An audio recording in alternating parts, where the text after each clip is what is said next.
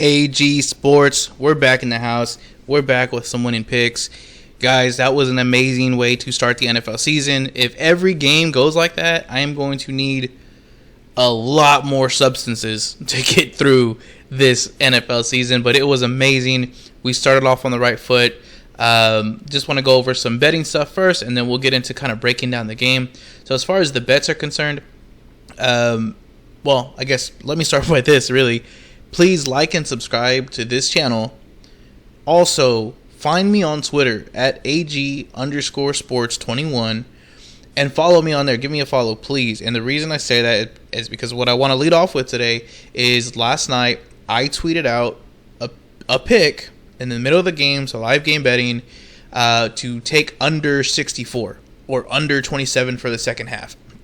And really, that was, to me, almost a no-brainer, only because they went from having this line at 51 to 52, and then because of the hot start to the first half, they had moved it all the way up to 64, which was just ridiculous, because at 51 is a key number. After 51, 61 is really the next number I would look to, mainly because if you get that high into scoring or into points, after you pass 51, assuming it's still a close game, you're probably looking at least another field goal and a touchdown, which would take you to 61.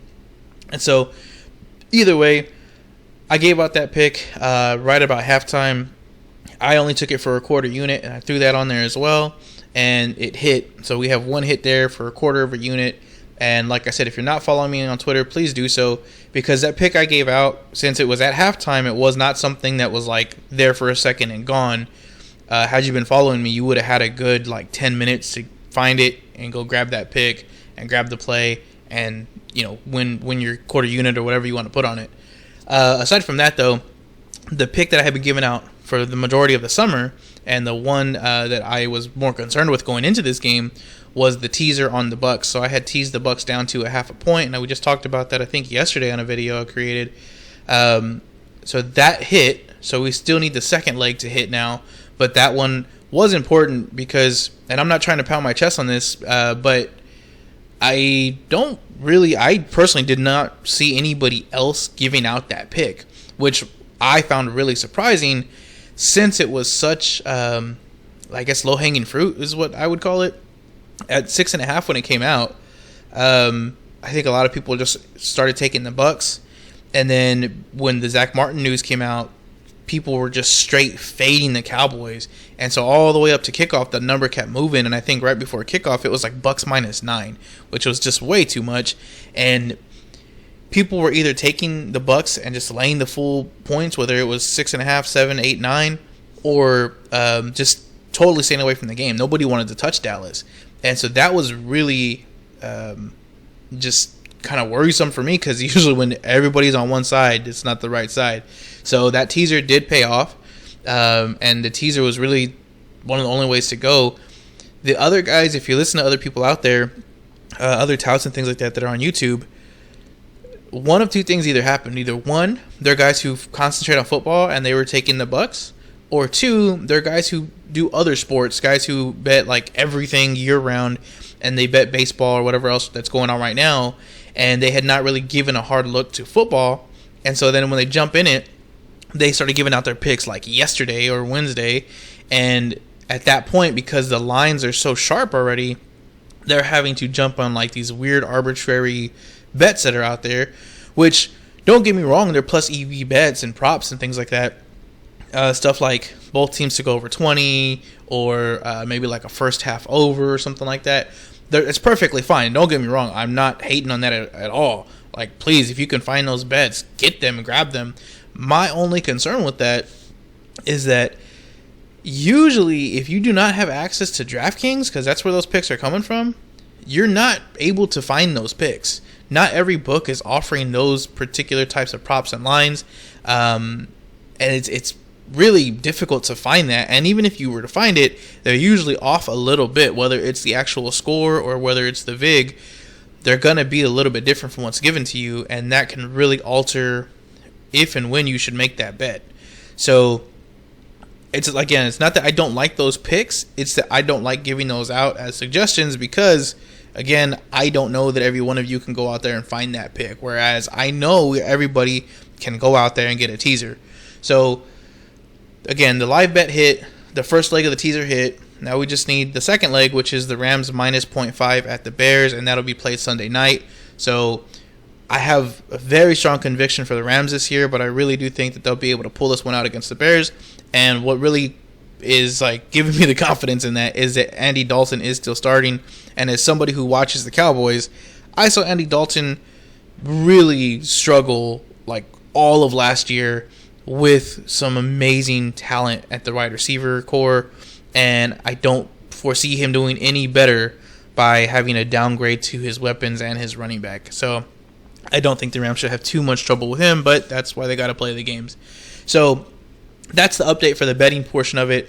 But now I just kind of want to go over the game itself and take away some notes from the game and maybe how we can use those things moving forward. So first of all, as far as the Cowboys are concerned, there's a few different ways that I rank teams and different things that I look at when I'm trying to like do power rankings or whatever you want to call it. So one of the things I look at first is the coaching grade that I had given them from last year. Last year, the Cowboys were at, I believe, a 36. 36 out of, I believe, like 54.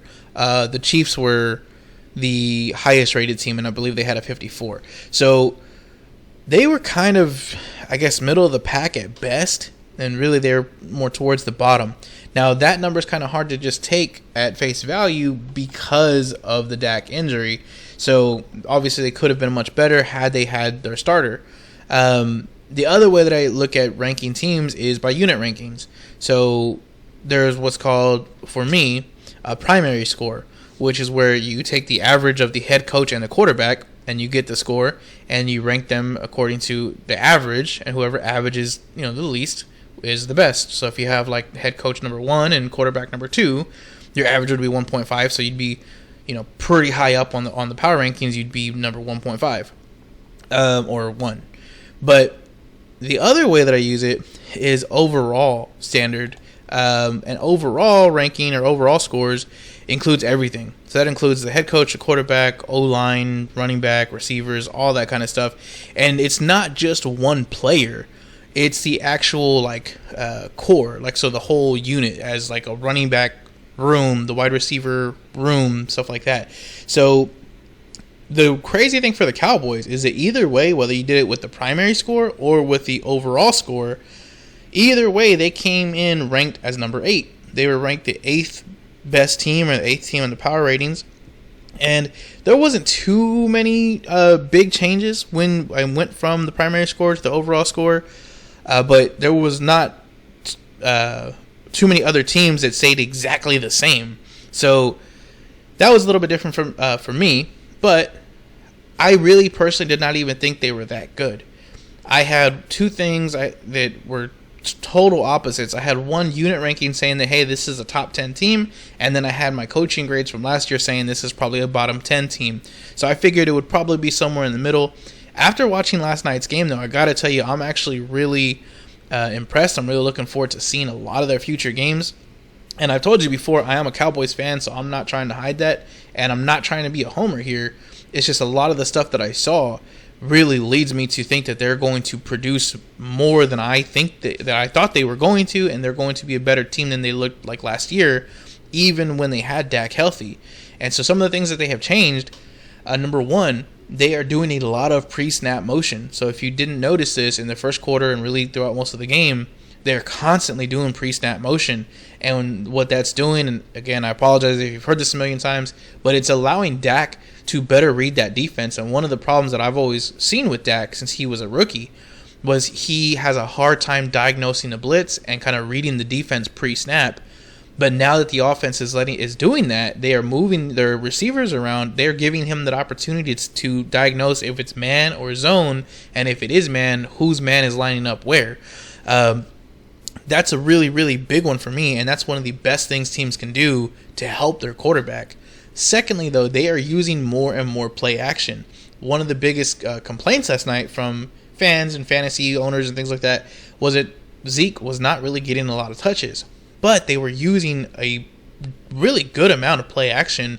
especially in that first half. The second half kind of trailed off, but the first half, they were using it. They were making the linebackers bite down, and a few of the catches that were made by the Dallas Cowboys receiving corps were really created by the play action, where they had sucked the linebackers in just a step or two that gave them either the separation or just enough of a passing lane for Dak to get the ball in there. So both of those items that don't take any talent or skill were used and utilized the right way and helped, and just really amazing by the coaching staff. And I'm not sure if that was Kellen Moore or McCarthy that decided to put those things in there, but those are things that I did not see a lot from them last year. One thing I hear a lot of people talk about last year is that the Cowboys were, I think, like 1-4 last year when, they were 2-3 when Dak was healthy, and that those, that meant that the team was bad even though Dak was coming back. If you go back and look at the teams they lost to all playoff teams. They lost to the Rams, the Browns, and the Seahawks, and I don't think anybody would say that those were bad teams last year, and they were primarily pretty close games.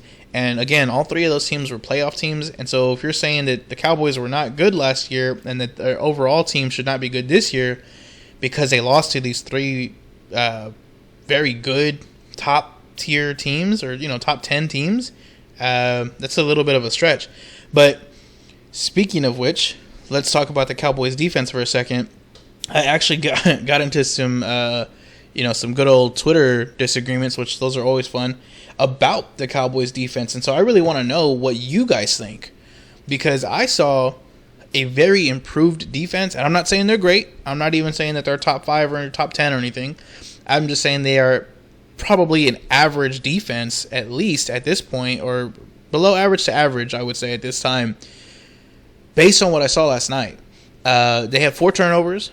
And so 2 of those were fumbles that were forced fumbles.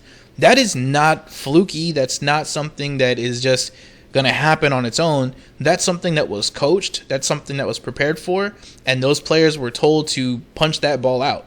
That's what happens. That's how you get those fumbles. And so those 2 things, or those 2 turnovers right there, were directly forced turnovers. The interceptions, one of them was a tip ball. Where Fournette tipped the ball, went up, and just happened to land in the right hands. So that is obviously a little bit more fluky. So is the interception that ended at the first half. But what I would say about that is almost all interceptions, let me not be so hyperbolic, a lot of interceptions are fluky. It is not the norm to see people just step into passing lanes and pick stuff off, or to diagnose a quarterback, much less Tom Brady, and intercept his passes. That's why good quarterbacks have low interception ratings for the most part. And secondly, that's why a lot of defensive stats, as far as turnovers, aren't very sticky. Because interceptions can be really great one year, and then you just don't get the same breaks the next year. So to tell me that the Cowboys defense was not good, or it was just got luck, bailed out by some luck, I mean, there is luck involved, but at the end of the day, the guy still has to catch the ball. The interception still has to be made. It's not just something that's handed to them. So that, plus some other things, just kind of caught me off guard, really. The fact that they were able to get Brady to move off his spot a few times, and it wasn't very much, don't get me wrong. It wasn't like every time they were out there. But on third downs or on crucial second and longs, they were getting him to move off his spot, or to maybe just kind of tuck the ball down one more time and throw off his rhythm enough to make some incompletions and keep that ball game close enough to where they gave their team a chance to win at the end of the game. Those things all together just really, to me, say that this defense has improved from last year, where they were historically bad. And aside from just last year, I mean, this is going back years now. Since Romo was playing with the Cowboys, the defense has always been bad. So to see a defense that is half-ass competent was really surprising to me. And I think that's going to be a real big problem for the NFC East, because a lot of these teams were completely relying on the fact that the Cowboys could not stop anything. And now if their defense is able to stop something, if they're able to be just an average defense, it's going to be a big leg up. Aside from that, last thing I want to talk about on the Cowboys, and we'll get to the Buccaneers, is Zeke. And so, like I said earlier, a lot of fantasy owners were pretty like pissed off that Zeke was not getting a lot of carries. I think he had like 4 carries last night or something like that. He didn't look bad when he carried the ball. He just didn't get enough, work. Now, what I would say about that is I wouldn't worry too much. I think that a lot of the reason they did that and a lot of the reason they were so pass heavy was because of the Zach Martin COVID issue. So the fact that they were not at full strength on the defensive line or the offensive line, yet they were going against one of the top 3 defensive lines, if not the best defensive line in the NFL, was a reason to not try to run it down their throat. You're not going to run into the teeth of that defense and come out victorious for the most part. So I think it was a really smart coaching decision. But aside from that, a lot of the passes that were thrown by Dak were not like deep down the field. It was a lot of horizontal stuff, a lot of bubble routes and screen plays and things like that. And even if you go to YouTube right now and you put in like the highlights, like 3 or 4 of the highlight plays are really just screen plays. So those things tell me that the Cowboys made a very conscious effort to get the ball out quickly and to not try to play it to the strength of the Buccaneers. They were not going to give them that advantage, knowing that they had the advantage on the line. They were not about to sit there and try to run into it or to try and put Dak back there and let him, hold onto the ball for 7 seconds and try to find somebody open deep downfield. So to me, it was a very good game plan. I'm honestly shocked and kind of impressed with that coaching staff. Not that they're, again, like a top 5 coaching staff, but they're just much better than I had expected. And I think that the team and the power ranking is probably the 8 that I have right now is probably right. And it's no longer going to be like that bottom 10 team that they were last year. So enough on them. Let's talk about the Buccaneers. As far as the Bucs are concerned, their power ranking is good either way. Now, they don't stay the same the way the Cowboys do, but if you go off of overall score, they are the second best team, meaning they have the second best overall team. All units combined. If you go just off the coach and quarterback, which is the primary score again, they are the 4th best team.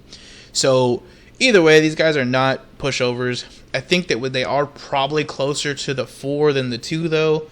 The reason I say that is because the rest of that team, while it's really, really good, and obviously the receiving core and the receivers they're really, really good. But what concerns me is the cornerback. If you didn't see it last night, I think it's Sean Button-Murphy. Man, he had like a gruesome arm injury. If you have not seen that thing, if you're like me and you kind of like gross stuff, go look at it. Go look at the injury. His arm gets bent like a gooseneck, and it looks bad. I'm almost positive he's out for the season at this point.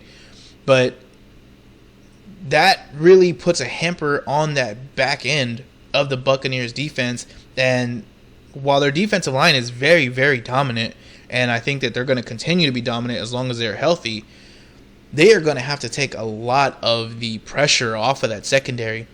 The secondary, I'm going to show you right now, it is pretty thin at corner. So to begin the season, they had 5 corners. 1, 2, 3, 4, 5. Yeah, 5 corners. And Sean Murphy Button was their really like second best corner. Between him and Jamel Dean, they were pretty close. And that's off the depth chart as well as off of Madden ratings. But like I said, I'm using the Madden ratings because of the algorithm we're using. But you can just use an eyeball test if you want to just go watch these guys play. Carlton Davis is still there, so he's still amazing. And they still have Jamel Dean, who did a really great job last night. And he's not really any drop-off from Bunting at all. But they only have 2 more corners at this point. And if one of these guys is tired, needs a break, gets, has a hamstring pull, anything, especially this season where we're talking about 17 games, I'm almost positive something is going to happen. And I'm not saying I'm hoping it's not serious, but whether it's just, hey, I have COVID, I'm sick, I have a hamstring pull, I have turf toe, whatever, one of these backups is going to eventually have to play. And as far as the Buccaneers are concerned, that should concern them, because if they have to go one more guy down the depth chart, it's going to be a pretty big concern, and it's going to be a pretty big drop off in talent, or at least noticeable enough to where the other team is going to try and pick out that other guy. So if they play another team, and again, they should not be playing another team that has the same receiving weapons that the Cowboys have, but if they were to go against another team, let's say even like the Chiefs, and I'd have to look at their record, but I'm talking about, I'd have to look at their schedule, but I'm talking about more into the playoffs, depending on who they get matched up with, whether it's Super Bowl or play other playoff games leading up to the Super Bowl. That's going to be their biggest deficiency. So that's what I'm worried about. Like I said previously, though, their defensive line is just amazing with Vita Vea and Jason Pierre-Paul. Those guys are going to get pressure. They're going to stop the run. Any team that is going to rely on running against these guys is going to really have a tough outing of it, especially when Tom Brady can pick apart your defense. These guys are not going to allow you to run on them, and even like stylistically, they're going to put up enough points to where you can't just sit back and run the ball all day and keep trying to attack the strength of their defense. So you're going to have to pass on them. They're the champs for a reason. Now, I did say yesterday I'm not as high on them as other people are, and I think last night was a perfect example of that. When they are playing the true starting quarterback who's competent, who can make deep throws, who can really put pressure on that defense, I don't think their defense looks as good as it did last year during their Super Bowl run. Obviously, Patrick Mahomes is better than Dak. I'm not saying that Dak is better than Mahomes. But what I am saying is that Mahomes was playing banged up with the banged up offensive line last year. And had he been healthy and had his line been healthy, that game would have been much different. So, again, I'm not as high on them as others are. I still have them ranked pretty high because their defense is very good and because I still have Tom Brady, but I will not be blindly taking them moving forward. And now next week I do think they should win and they have a good opportunity against the Falcons, but it's going to depend on what the line is as to whether that's favorable or not, because after this game I could really see Vegas either thinking that they're going to inflate the line because the Buccaneers pulled off this big win, everybody saw it, they saw what happened, or they're going to deflate the line because the Buccaneers had to get this last-second win against a team that nobody was giving any credit to as far as being able to beat the Buccaneers at least. So I'm kind of curious as to where that line in Week 2 is going to be at, but when it comes out, I'll let you know, of course, and we'll see what we need to do, what picks we can make for next week, if any, involving this Buccaneers team. But, guys, thank you again for tuning in. Today was really just a quick update, maybe a breakdown on some of these players. But appreciate it. Appreciate any support you guys have for me here, whether like, follow, here on Twitter or whatever. Please comment below any thoughts you have about the Cowboys defense or about any picks you have upcoming. I want to root for all of you guys. I really do hope that each and every one of us can make some money this year and this week especially. So getting off to a good start. So, again, thank you for the support. Have a great day, and good luck.